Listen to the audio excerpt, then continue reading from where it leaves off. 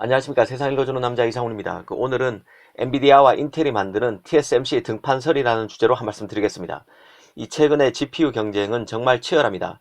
엔비디아가 삼성 8나노 파운드리와 손잡고 RTX 30 시리즈를 내놓자 이번에는 도전자인 AMD가 알데온 RX 6000 시리즈로 웅수하고 나섰습니다. 여기에 인텔마저 아이리스 Xe Max를 출시하면서 지난 1999년 독립 그래픽 카드 시장에서 퇴장한 이래 21년 만에 다시 복귀했습니다. 이 과정에서 온갖 구구한 억측이 나오고 있습니다. 일단 엔비디아의 RTX 30 시리즈가 공급 부족 사태에 직면했는데 연말까지가 아니라 내년 3월까지 이 사태가 갈 것이란 말이 나오고 있습니다. 이 사태의 원인으로 삼성 파운드리 수율 문제가 또다시 언급되고 있습니다. 또 이번에 선보인 인텔 독립 GPU의 성능이 생각보다 기대 이하라 결국 외부 파운드리를 활용할 것이란 말이 돌고 있습니다. 루머와 각종 억측이 뒤섞이면서 다시 TSMC가 인텔 제조의 구원자가 될 것이라는 논리입니다. 이 가열되고 있는 GPU 경쟁 그리고 파운드리 경쟁 등이 현재 시장 구도와 맞물리면서 이런저런 관측 기사를 양산하고 있다는 생각이 듭니다. 이런 점에 대해서 천천히 짚어드리겠습니다. 일단 엔비디아부터 보겠습니다. 오늘 하드웨어 타임스가 엔비디아 RTX 30 시리즈가 내년 2월이나 3월까지 공급 부족에 시달릴 수 있다는 보도를 내놨습니다. 이 기사 소스는 엔비디아의 일부 정보원과 몇몇 이사의 파트너라고 되어 있습니다. 12월부터 공급 상황이 조금 나아져서 개선 기미는 보이겠지만 내년 2월까지 여전히 공급이 제한적일 것이란 관측입니다. 이 젠슨항이 공급 부족 사태에 직면해서 연말까지 이 사태가 이어질 것이라고 얘기했었는데 이보다 2달 정도 공급 부족이 더 지속될 것이란 보도였습니다.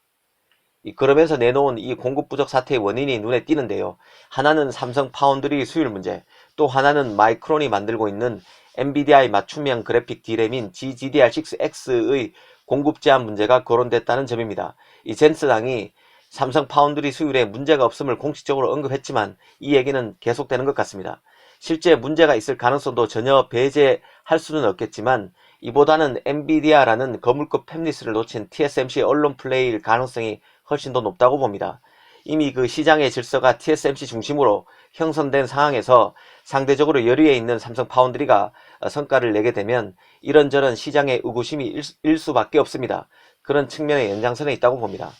이 마이크론의 GDDR6X 메모리 생산 부족 얘기도 나오는데요. 이 마이크론이 중국 D램 공장에서 그래픽 D램을 만들고 있는데 생산 일정이 지연되면서 생산에 문제가 있다는 것입니다. 하지만 삼성 파운드리 수율이나 마이크론 그래픽 D램 모두 확실한 정보는 아닙니다. 굳이 얘기하면 루머의 영역입니다. 우리 입장에서 주의 깊게 봐야 할 게 삼성 파운드리 수율에 대한 흠집내기인데요. 엔비디아 암페어 GPU의 수율 문제는 결국 삼성 파운드리에 대한 신뢰 약화를 의미합니다. 일각에서는 엔비디아가 삼성 8나노에 실망해서 2021년 그러니까 내년에 TSMC의 7나노로 갈아타게 할 것이란 관측을 내놓고 있는데 개인적으로는 가능성이 거의 없는 허무맹랑한 얘기라고 봅니다. 이보다는 엔비디아 암페어 GPU의 초기 공급 부족 현상을 계기로 삼성 파운드리에 대한 문제를 집중적으로 제기해서 인텔이나 다른 거물급 팹리스 물량을 따내기 위한 대만계 언론 중심의 TSMC 띄우기일 가능성이 훨씬 높다고 봅니다. 실제 미국 매체 퍼드질라에 따르면 인텔이 미국 오레곤의 생산 시설을 아시아로 옮기고 싶어 한다는 보도를 내놨습니다. 직설적으로 얘기하면 외부 파운드리를 활용하기 위해 인텔이 장고에 들어갔으며 내년 1월에 관련 결정이 나올 수 있다는 것입니다. 이때 마침 톰스 하드웨어 타임스 등은 인텔이 곧 출시될 아이리스 Xe GPU의 엔지니어링 샘플을 테스트하고 있는데 이들 부품이 TSMC의 7나노 공정을 기반으로 하는 것 같다는 보도를 내놨습니다. 그러면서 인텔이 결국 TSMC를 잡을 것으로 보이는데 이는 삼성 8나노가 엔비디아의 암페어 GPU 공급 부족에서 보듯 수율에 문제가 있어서 인텔로서는 TSMC 말고는 대안이 없다는 식으로 논리를 전개했습니다. 사실 일부 외신의 이런 논리 전개는 일전에도 말씀드렸지만 조금만 생각해보면 앞뒤가 맞지 않다는 것을 알 수 있습니다.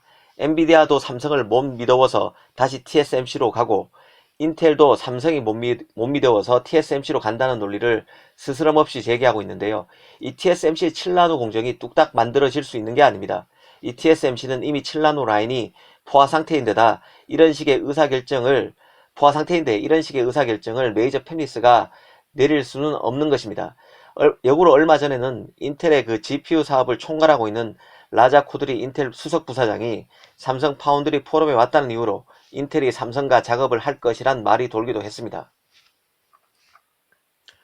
그 일전에도 말씀드린 적이 있지만 퀄컴이 스냅드래곤 875를 그리고 엔비디아가 RTX 30 시리즈를 삼성 파운드리에 맡기는 이유는 이미 시장 가반을 장악해서 TSMC가 만들어 놓은 시장의 질서를 깨는 데 따른 불안감보다는 이 파운드리 교체의 편익이 더 크기 때문입니다.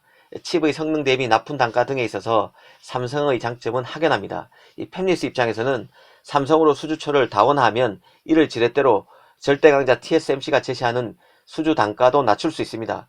이 때문에 거대 팹리스들이 TSMC의 물량을 몰아주기보다는 그 삼성을 지렛대로 TSMC와 삼성 간의 경쟁을 통해서 이익을 극대화하는 전략으로 움직이고 있는데요.